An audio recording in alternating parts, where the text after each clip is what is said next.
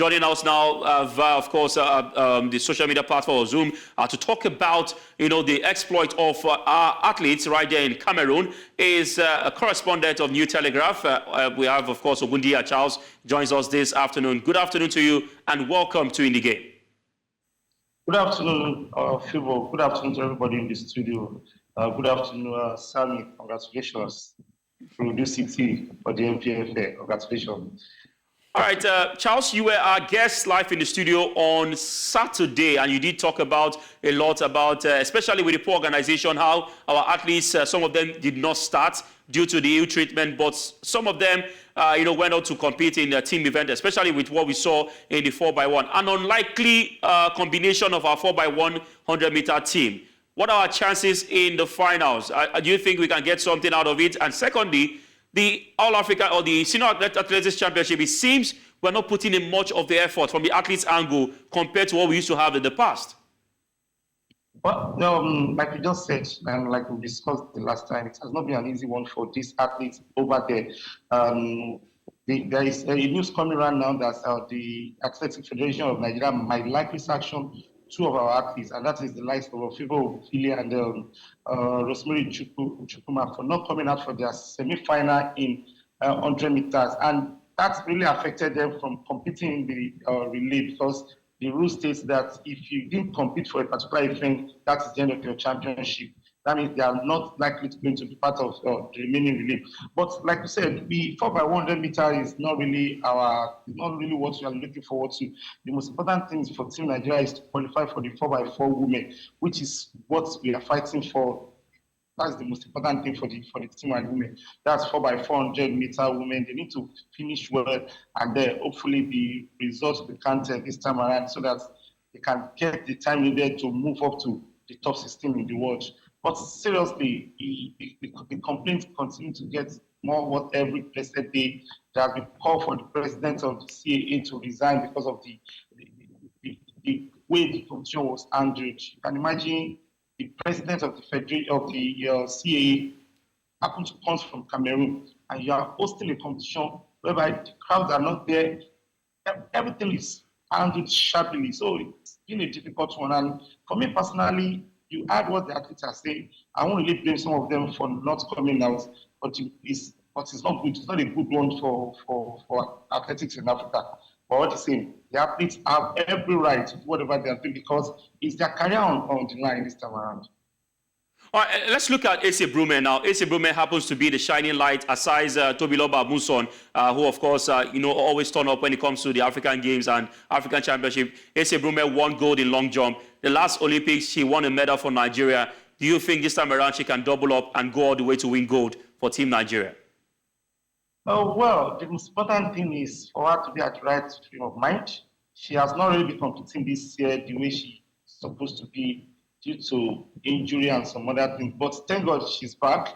In fact, she had to go for this championship so that she can increase her points in the ranking. Yes, she already qualified for the Olympics, but she needs to get more points and really do better this time around. So getting that goal is a good one for her. At least that would be it's kind of a stepping stone towards what she needs to do at the Olympics.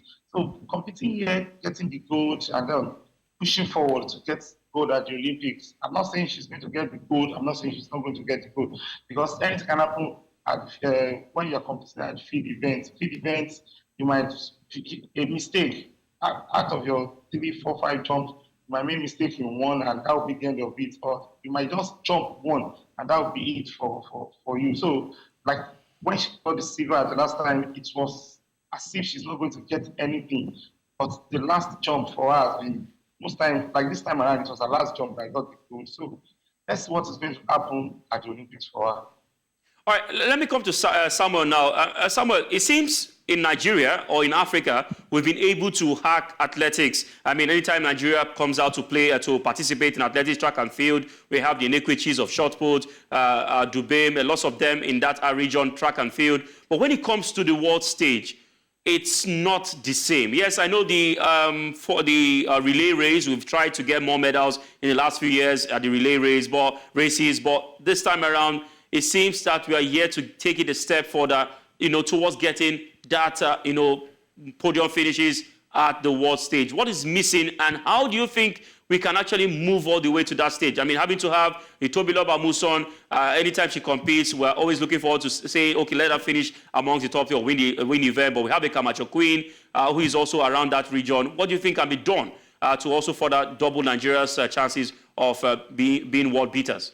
I think this has to do with the training of these athletes, really. If you look at the training of top athletes in the world, including Toby Amusan and Ese Brume, which you mentioned, it's not the normal regimented training that most of our athletes who are in Nigeria here really get. If you look at it, we have a lot of talent, and every time the Athletics Federation of Nigeria, when there's a championship, we always discover new talents every time. So we have the talents abound. But the problem is, will these talents be able to get the same kind of training in terms of facilities, the equipment required, to compete at the top level?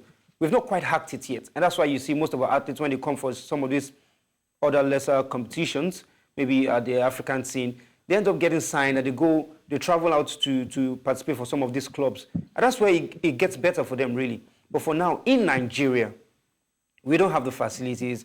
We don't have the kind of training, regimented training that will keep these athletes to be able to compete on the world scene. But for now, only those athletes who have been able to get themselves out of the country, train with some other big coaches, use facilities that are top-notch, that's where they get the results. And that's why you always expect a medal from Amuson or from Brume. That's exactly just what keeps our other athletes apart from the ones in the world scene.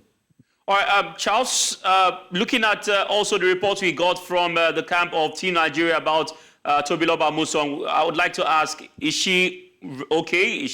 Is there no cause for alarm at the moment? Can she go all the way towards representing Nigeria at the Olympics? Definitely. She's okay at the moment. At least the reports coming from Cameroon shows that Toby is getting better. And then this is just a case of sore throat. And the reason why she didn't compete was just to make sure that she did not aggravate what had happened to her. This moment, you have to be careful. She's one of our best medal hopeful, and we need to protect her at all costs. And like Sammy just said, let me just quickly chip in one or two things.